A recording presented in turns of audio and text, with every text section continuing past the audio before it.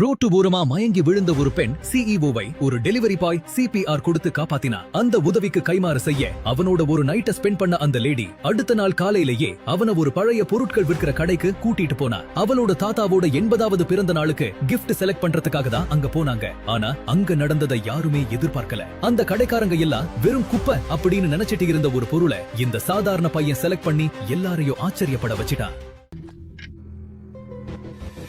இந்த பையனை நான் ரொம்ப ஸ்மார்ட்னு நினைச்சேன். ஆனா இவன் சரியான முட்டாளா இருக்கானே. பொருட்கள்லயே ரொம்ப வருஷம் விற்காத பொருள் எடுத்திருக்கான். ஏதோ நமக்கு நல்லது நடந்தா சரி. இந்த பழைய பொருளுக்கு 10,000 என்ன இது? நான் இதை வாங்க 10 ரூபா கூட செலவு பண்ண மாட்டேன். அப்புறம் இன்னொரு விஷயம், இங்க வித்ததுதான், காசெல்லாம் திரும்ப கேட்க கூடாது. பாத்தீங்களா, இப்ப நம்ம நல்லாவே ஏமாந்துட்டோம். அவர் சிரிக்கிற சிரிப்புலயே தெரியுது. நம்ம பாஸ்க்கு இவ்வளவு மோசமான கிஃப்ட் கொண்டு போறோம்னு தெரிஞ்சா கண்டிப்பா ஊரே நம்மள பார்த்து சிரிக்கும் மேம். எதுக்கு தேவையில்லாம யோசிக்கிறேன்? இந்த பொருட்களுடைய காலத்தையும் தாண்டி என்னால மனுஷங்களை ஊடுருவி பார்க்க முடியுது. இது மூலமா அவங்களுடைய நோயை கூட குணப்படுத்தலாம்.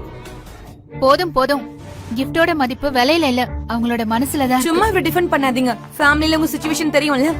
இந்த பார்ட்டி தான் அவங்க எல்லாரும் இம்ப்ரெஸ் பண்ண கடைசி வாய்ப்பு. ஒருவேளை ஏதாவது சொதப்பிட்டா அப்புறம் இதை சரி பண்ண நம்மளால எதுவுமே செய்ய முடியாது. நீங்க எதை பத்தியும் கவலைப்பட வேண்டாம் லில்லி. நீங்க பண்ண உதவிக்கு